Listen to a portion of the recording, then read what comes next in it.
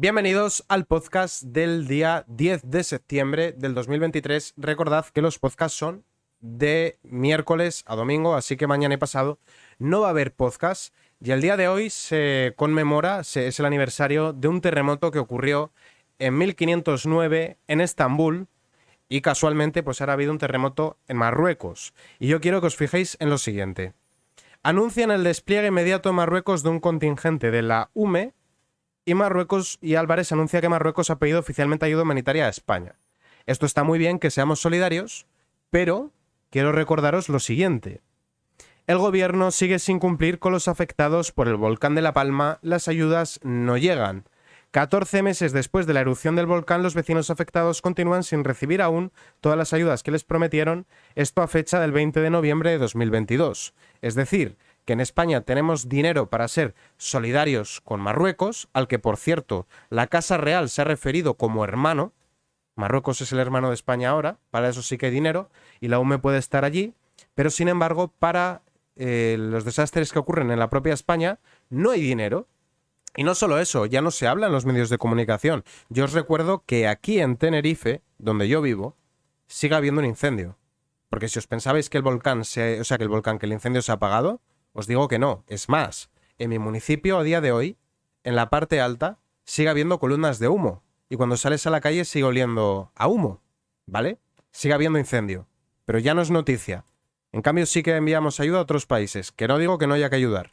Pero primero los de dentro y luego los demás. ¿Qué pensaríais de un padre que le compra material escolar al hijo del vecino mientras tiene a sus hijos sin escolarizar? Pensaríais que es un mal padre. Pues ahora haceros la pregunta: ¿qué clase de políticos tenemos? Que antes de ayudar a los de casa, a los que estamos pagando impuestos, a los que somos de aquí, ayudan a los demás países. Que es una auténtica vergüenza. Es de vergüenza, es bochornoso.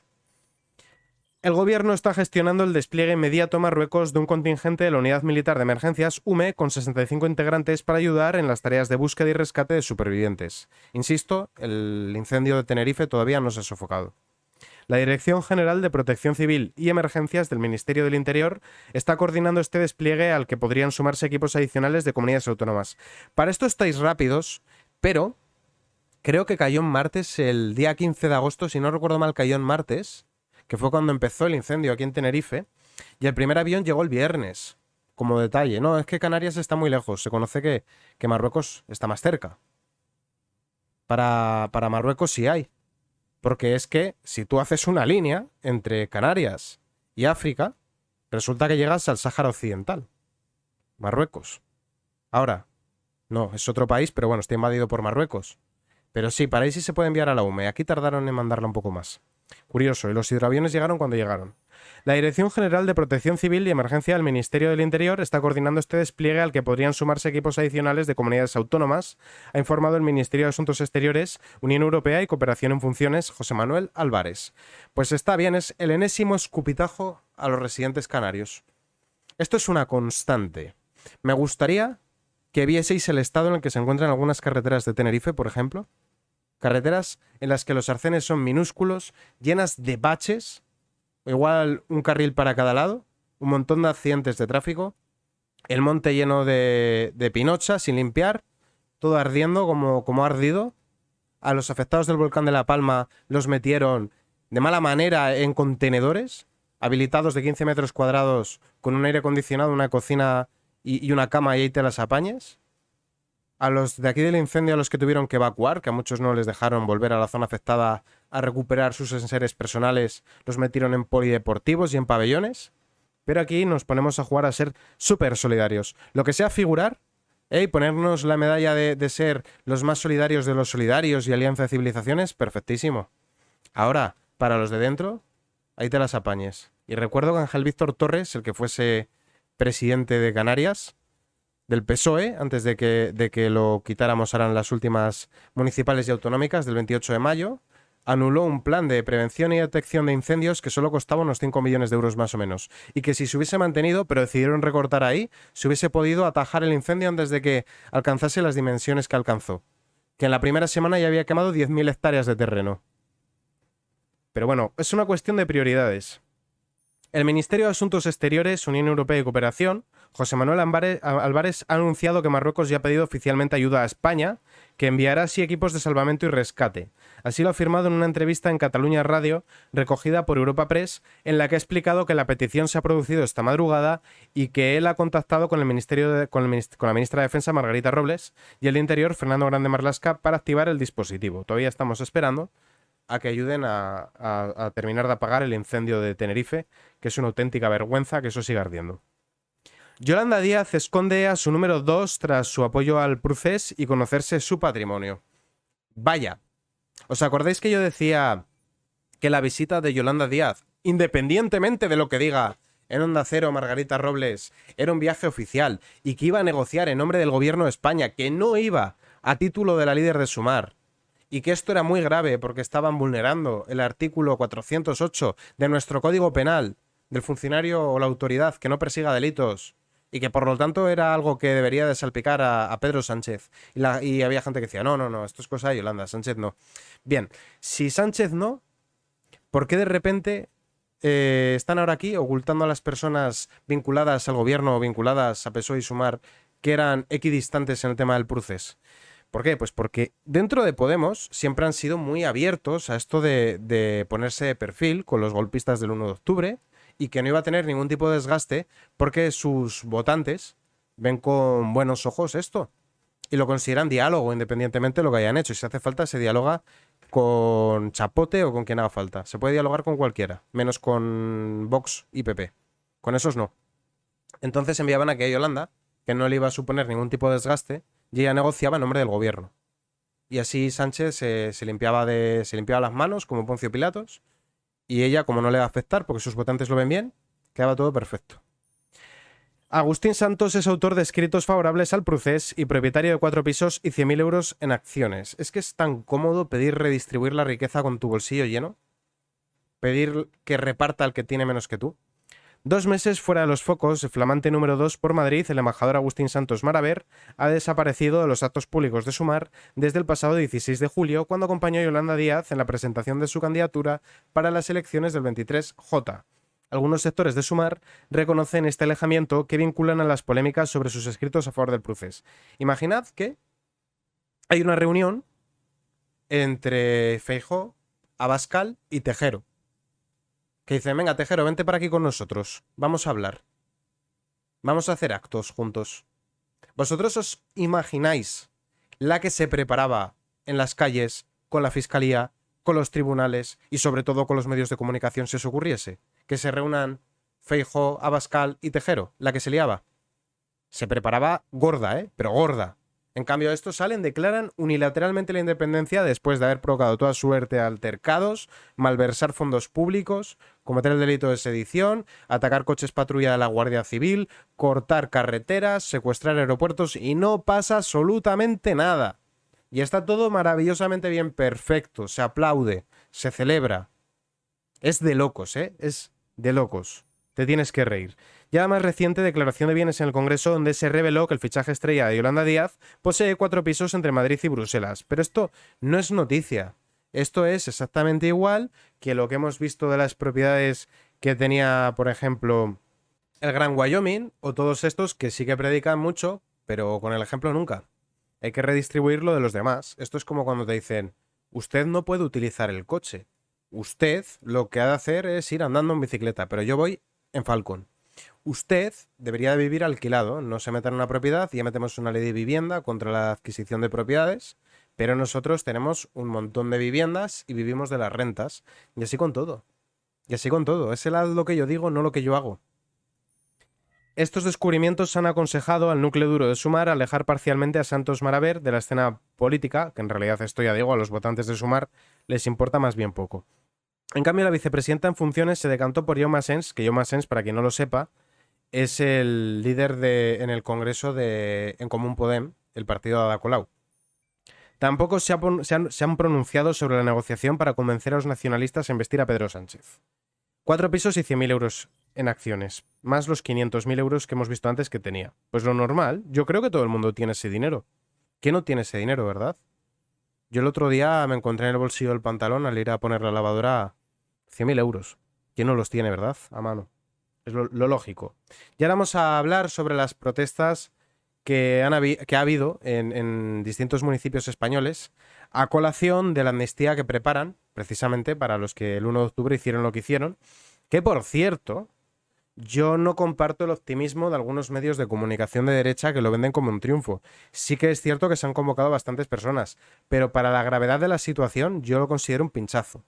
Tengo que ser franco, no pesimista. Yo tengo que ser realista y ajustarme a la realidad.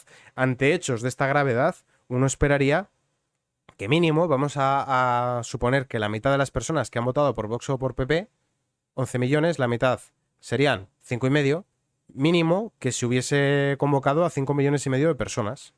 Sin embargo, lo que tenemos es que ha habido miles de personas que me alegro de que haya habido actos, pero a mi criterio no ha sido suficiente. Y esto se suma a una sensación que yo arrastro desde hace bastante tiempo. Yo he ido a manifestaciones tanto en Tenerife como en Gran Canaria, como incluso en Madrid. Yo he llegado a desplazarme a Madrid para actos de la Asociación Anavid por la custodia compartida, para defender los derechos de aquellos niños huérfanos de padres vivos. He ido a manifestarme contra el Ministerio de Igualdad, he ido a Colón a actos convocados por Vox. Y sí que es cierto que en los actos de Vox sí que se junta un poco más de gente, pero las de Navid fueron un pinchazo. Y no lo digo para criticar a Navid, todo lo contrario que bastante hacen. Por defender la presunción de inocencia del varón y más especialmente por defender los derechos de los niños a tener también un padre, no solo una madre, un padre también, en procesos de divorcio. Pero yo creo que no se materializa esa supuesta indignación que uno lee en redes en hechos, porque la gente desde el sofá sí le parece muy mal. Dicen, no, la situación que tenemos es inaceptable.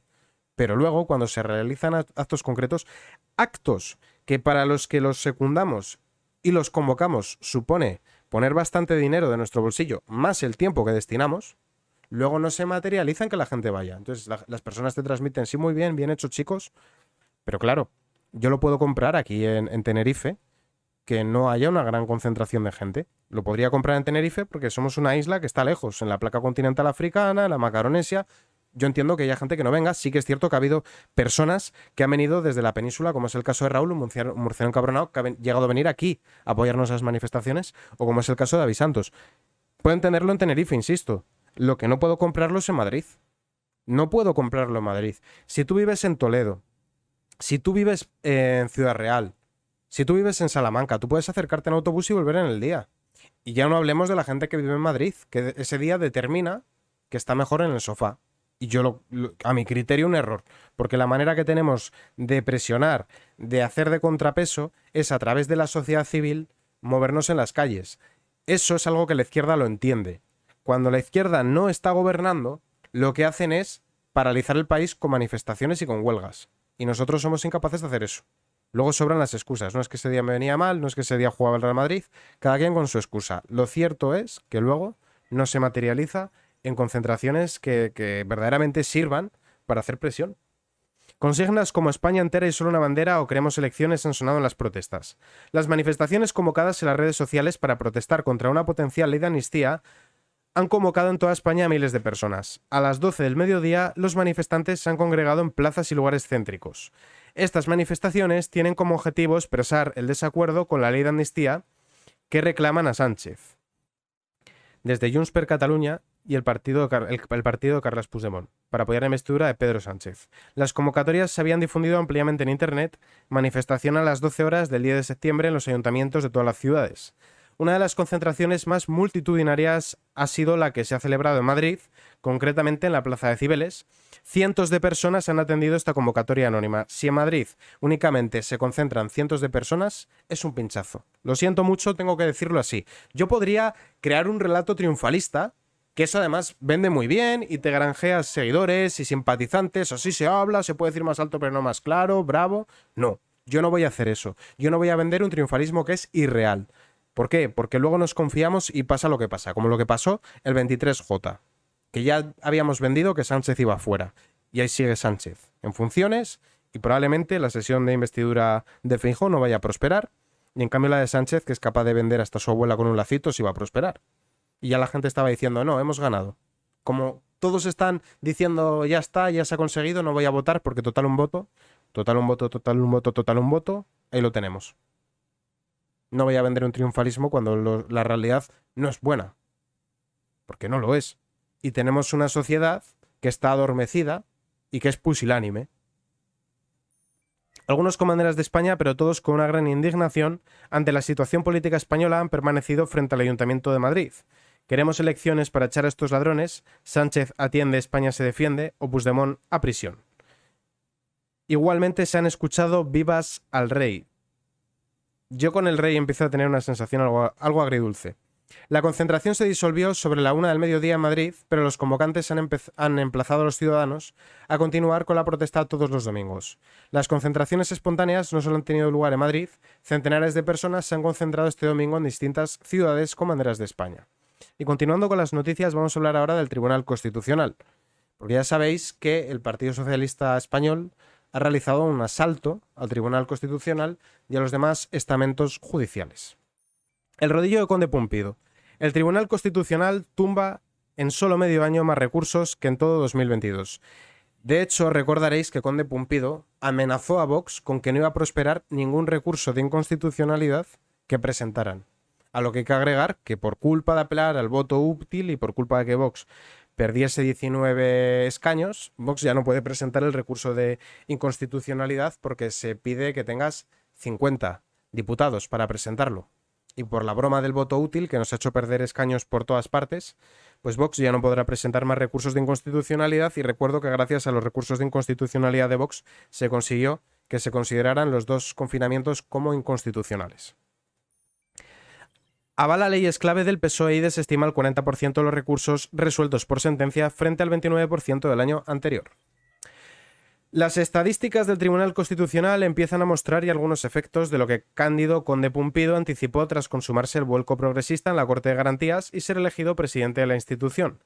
Después de la última renovación del organismo y el relevo en la presidencia el pasado mes de enero, se resuelven por sentencia prácticamente el mismo número de recursos que en 2022. Sin embargo, estamos escandalizados por el pico de Rubiales o porque en un WhatsApp de universitarios de magisterio o derecho, creo que era, no me acuerdo ahora, digan que sus compañeras de clase están buenorras o que van a partir bragas.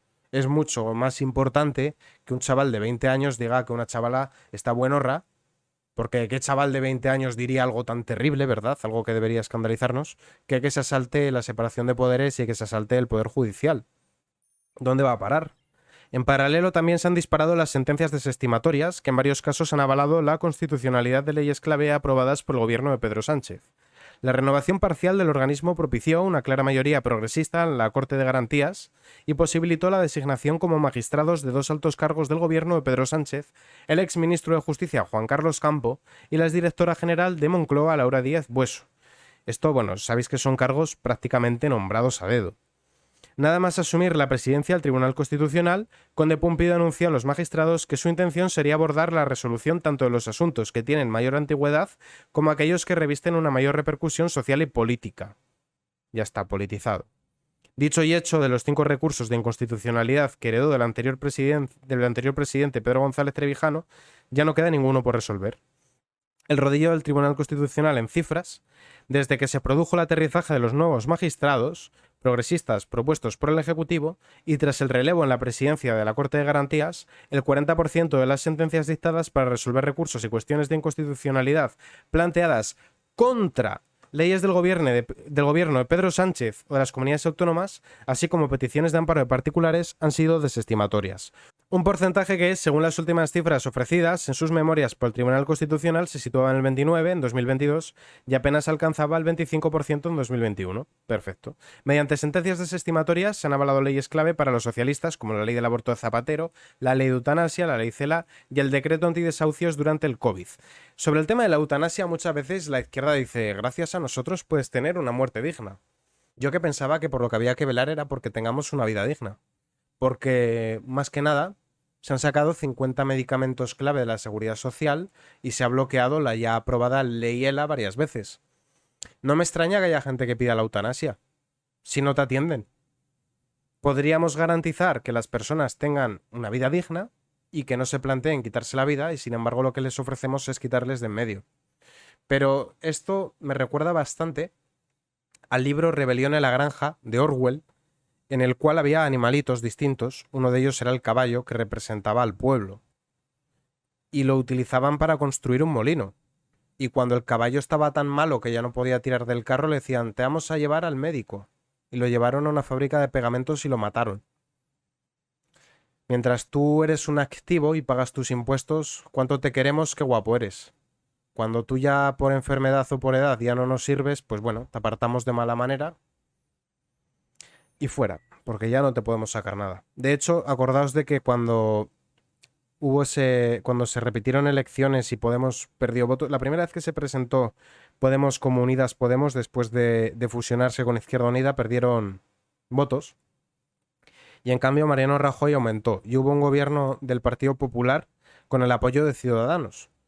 Y desde redes afines a Podemos decían que los ancianos no deberían de poder votar, porque para lo que les queda no deberían de decidir sobre el futuro del país.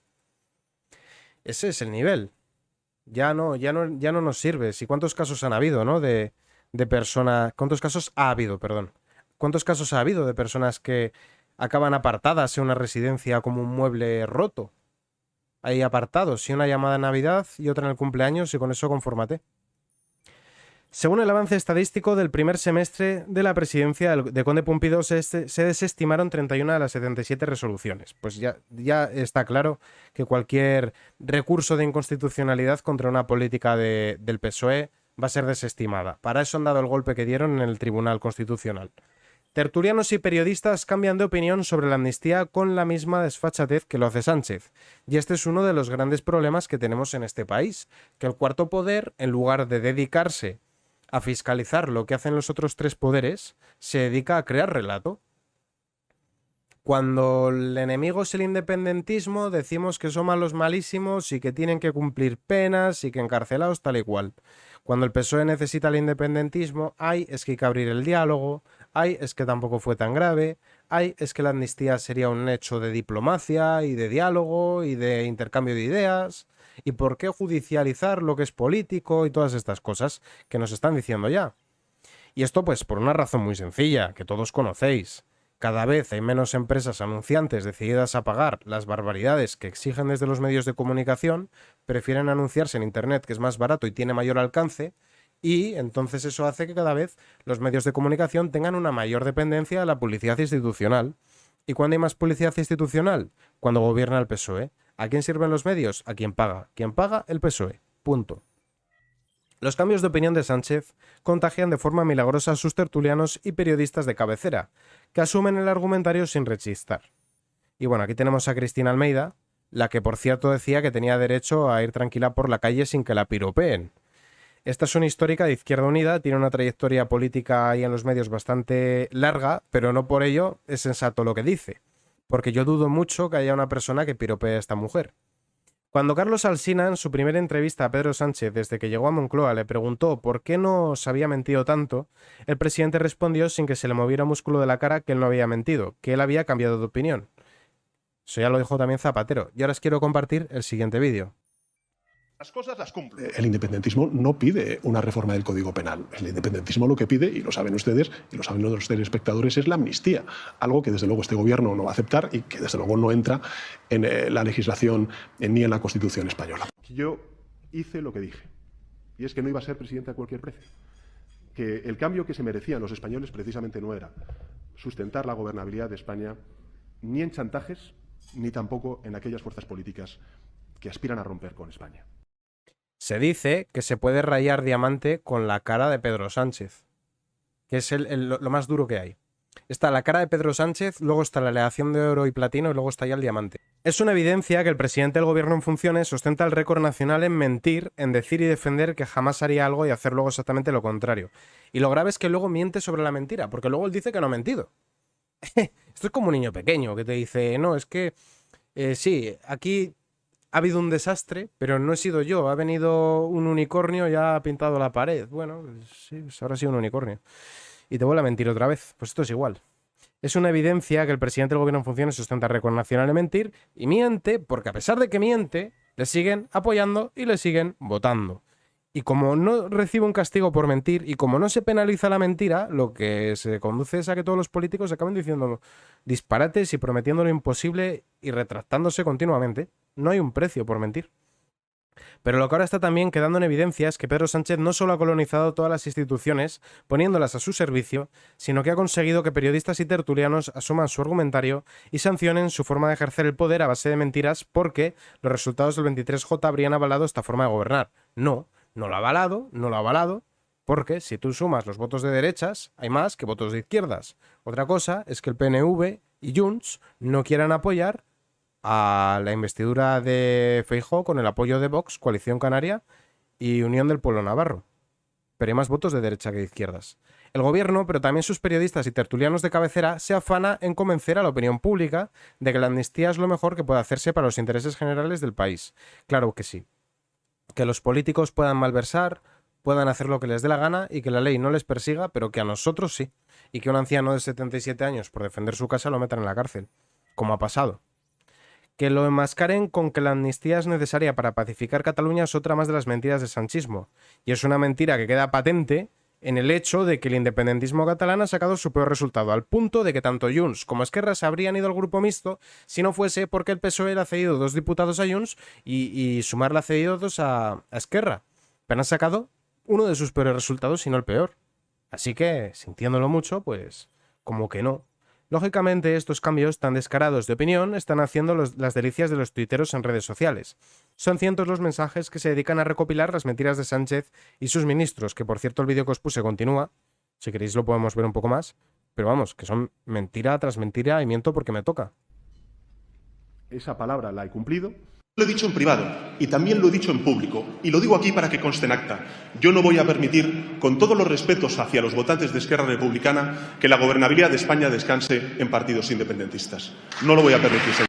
¿Con quién apruebo los presupuestos? No, los presupuestos no, la ley de vivienda y la ley de memoria democrática. En fin.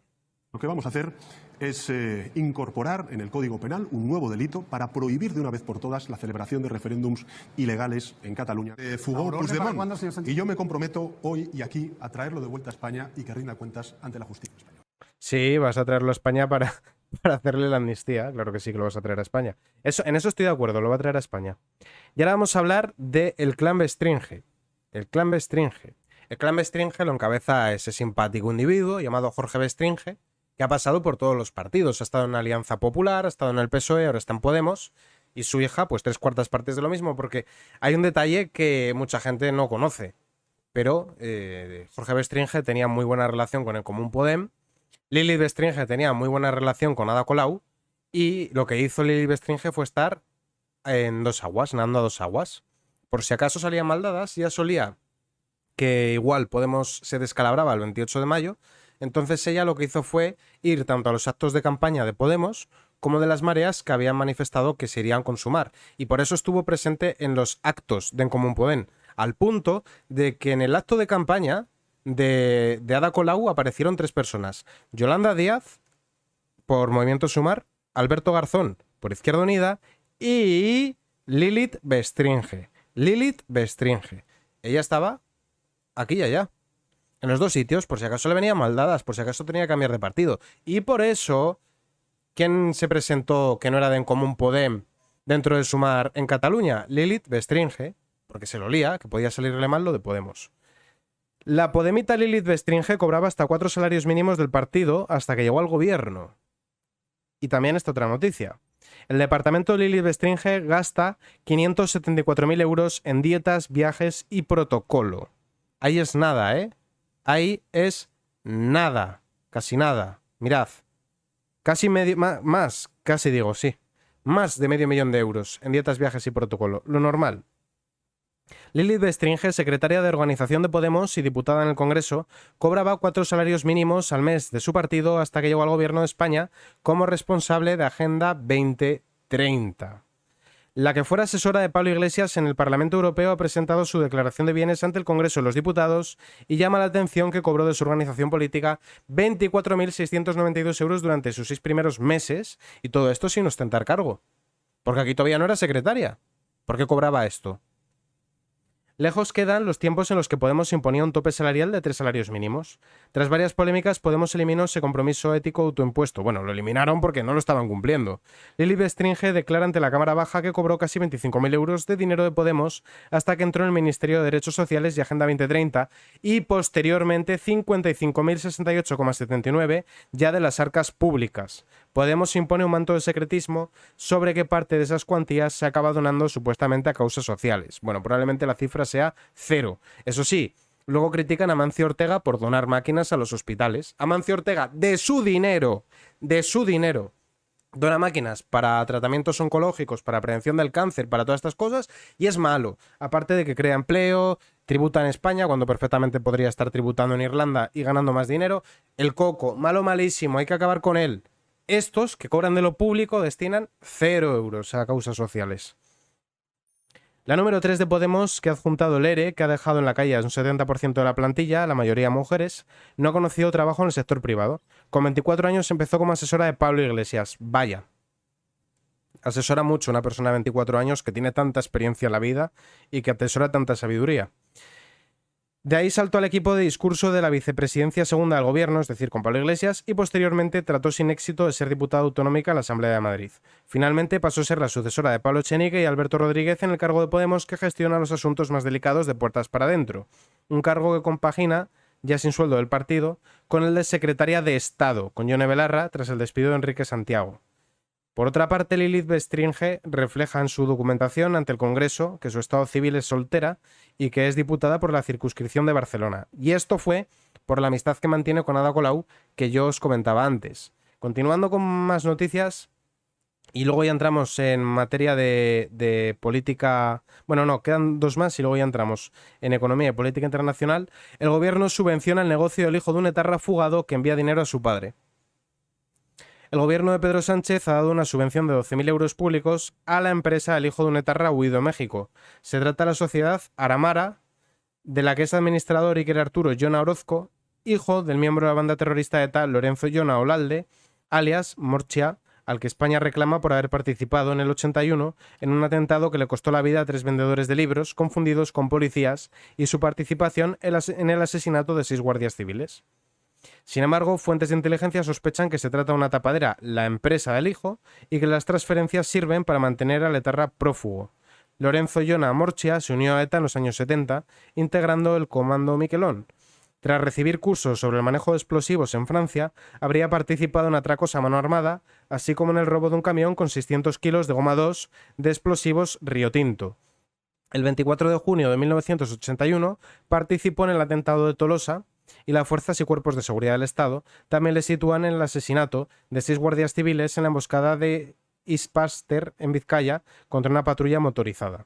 En 1990 este pistolero huyó a México, donde se refugió hasta en 2003, que le localizaron las autoridades españolas, y la Audiencia Nacional solicitó la extradición, pero la Secretaría de Relaciones Exteriores mexicanas denegó su entrega. Y aquí, cuando nos pide explicaciones por el rey y por la colonización de América, López Obrador, que por cierto desciende de cántabros, con lo cual poco debería de poder reclamar, a él no le han hecho nada, a sus antepasados tampoco, porque estaban en Cantabria, sus antepasados. Aquí todo el mundo a genuflexionarse y a pedir perdón por cosas que ocurrieron hace 500 años, cuando debería de ser el gobierno mexicano el que nos pida perdón por tener a etarras y no devolverlos. Que de hecho, un asesor, lo podéis buscar si queréis, de López Obrador es un etarra. Tiene un etarra como asesor. El mexicano Iker Arturo regresó a España para montar un negocio de hostelería en Baleares y lo hizo unos días después de que se decretara el estado de alarma. Subvención del gobierno, el 20 de marzo de 2019, el hijo del etarra constituyó, junto al argentino Fernando Ferrero Gasset, la sociedad Aramara Restaurant Ibiza, un restaurante mexicano ubicado en esta isla balear, y su objetivo social es construcción, instalaciones y mantenimiento, comercio al por mayor y al por menor, distribución comercial, importación y exportación, actividades inmobiliarias, turismo, hostelería y restauración, bueno, cantidad de cosas, prestación de servicios, actividades de gestión y administración y servicios educativos. Bueno, se dedican a prácticamente todo. Y con esto pues cobran subvenciones y para enviárselas al padre. Muy bien. Vamos a entrar ya en política internacional y luego ya vemos la economía. Política exterior. La siguiente compensación Tanto China como Estados Unidos están experimentando una inteligenciación en sus capacidades militares, lo que ha cortado la distancia entre sus fuerzas armadas. Taiwán no solo aporta los chips por los que están apostando ambos ejércitos, también se erige como el campo de batalla futuro más plausible. Que sepáis que desde hace un año adelantaba esta información VisualPolitik. Un año creo que llevan ya. China ya destina más dinero a su marina que Estados Unidos. Sabéis que los ejércitos se suelen repartir en 3 campos, al menos los occidentales, que serían marina, tierra y aire. En el caso de China son marina, tierra, aire y misiles. Tienen un departamento solo de misiles, porque China está preparándose para crear una especie de escudo desde el cual poder alcanzar a otros países para intentar evitar de esta forma que en caso de verse involucrado en un conflicto, ese conflicto se llega a dar en suelo chino y intentar de esta forma alejar el conflicto de sus tierras. Y lo que pasa es que de un tiempo a esta parte ya China está invirtiendo más dinero en su marina que Estados Unidos. Y la amenaza de Taiwán es perenne. Taiwán, por cierto, sería la verdadera China, porque el gobierno chino se exilió a Taiwán cuando se dio el golpe de Estado comunista. Bien, continuamos. Enjambres de drones autónomos, batallas invisibles en el ciberespacio, pulsos en el espectro electromagnético. El futuro de la guerra estará marcado por el poder de computación y el ejército de Estados Unidos ya no es todopoderoso como antes. Lejos quedan los días en el que el país podía surcar sin oposición los mares y cielos del planeta entero, amparado por sus misiles de precisión.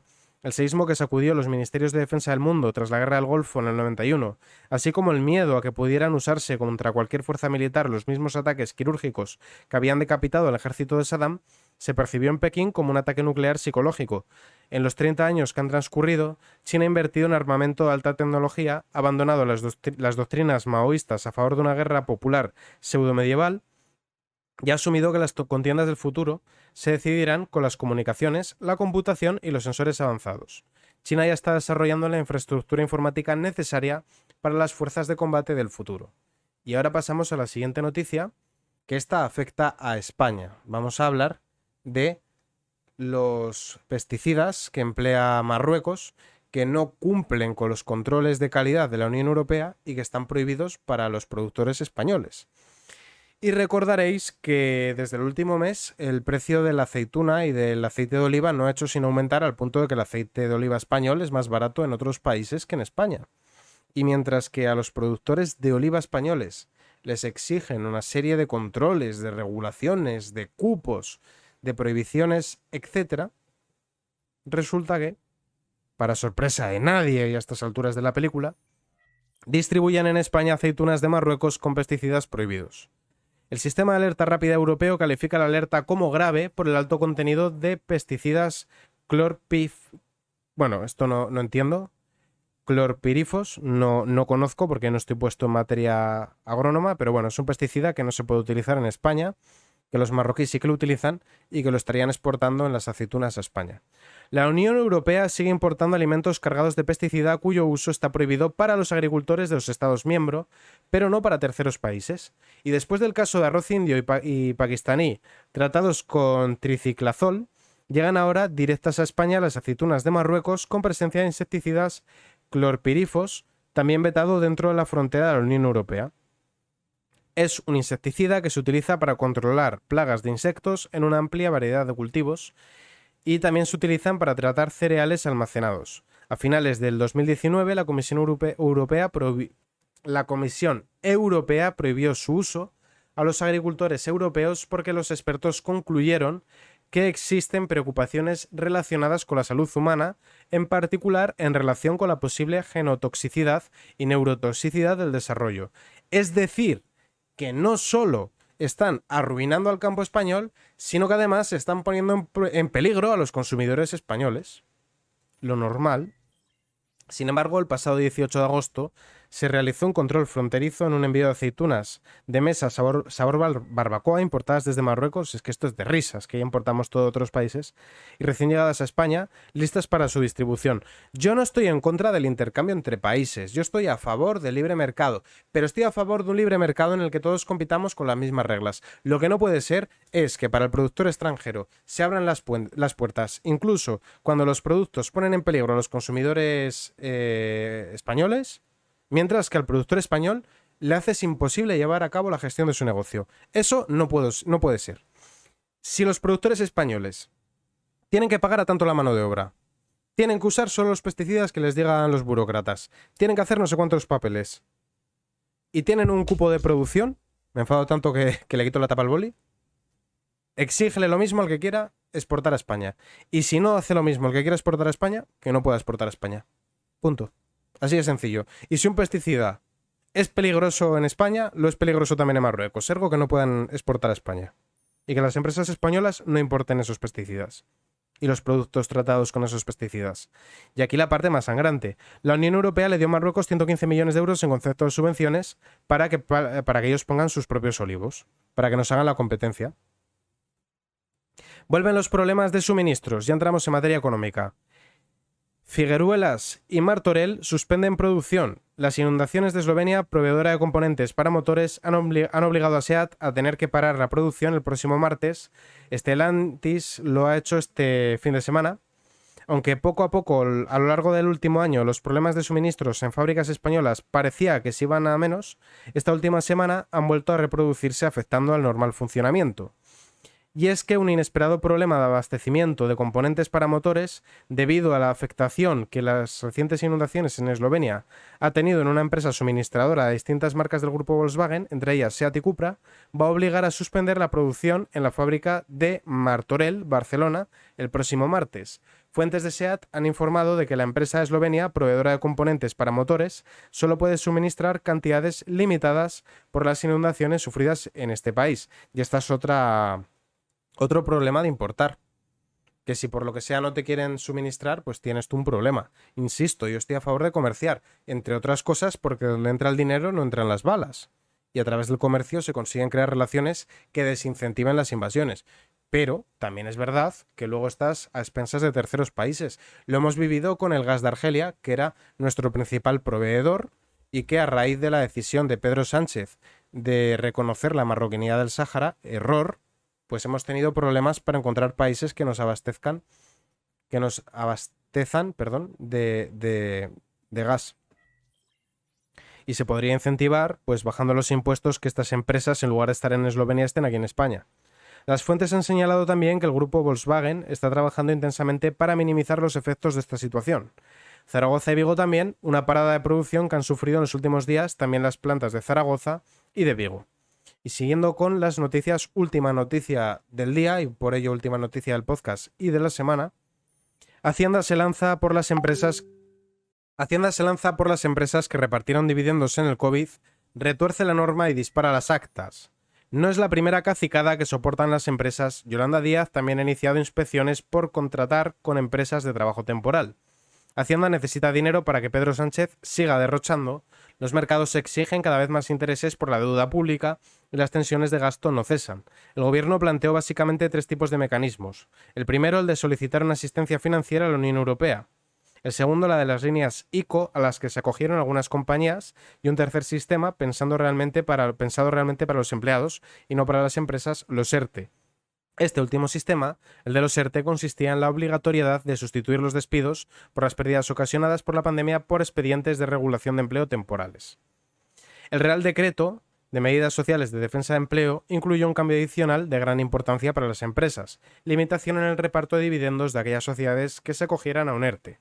Y ahora pues les están persiguiendo. Se les olvidó destacar al gobierno que el ERTE era imperativo al haber proscrito esa causa de despido durante el COVID. La norma, por otra parte, hizo hincapié en que la limitación alcanzaba cualquier dividendo a cuenta de resultado de dicho ejercicio. Hacienda ha decidido hacer una interpretación libre y lanzar una campaña de actas fiscales e inspección a las empresas que repartieron dividendos con cargo a reservas. Y ahí hay empresas grandes que podrían costear la batalla legal o judicial contra la agencia tributaria y pequeñas que no tienen dinero para litigar, que no pueden pleitear con Hacienda y primero hay que pagar. No se trata de la primera cacicada. También Yolanda Díaz, vicepresidenta de Gobierno, ha lanzado otra campaña de inspección en la que se elimina explícitamente la presunción de inocencia y se abren procesos de control a las empresas por el mero hecho de contratar con una empresa de trabajo temporal. Así que, como podemos ver, con tal de sacar dinero están dispuestos a arruinar a las pocas empresas que quedan. Luego vemos que hay que importar, por ejemplo, de Eslovenia, componentes para la producción. Claro, si es que ¿qué empresa se va a instalar en España? Si no te hacen sino putadas. Normal. Y con esto acabamos con el podcast de hoy. Recordad que los lunes y los martes no hay podcast. Muchas gracias a todos por verme y nos vemos el miércoles.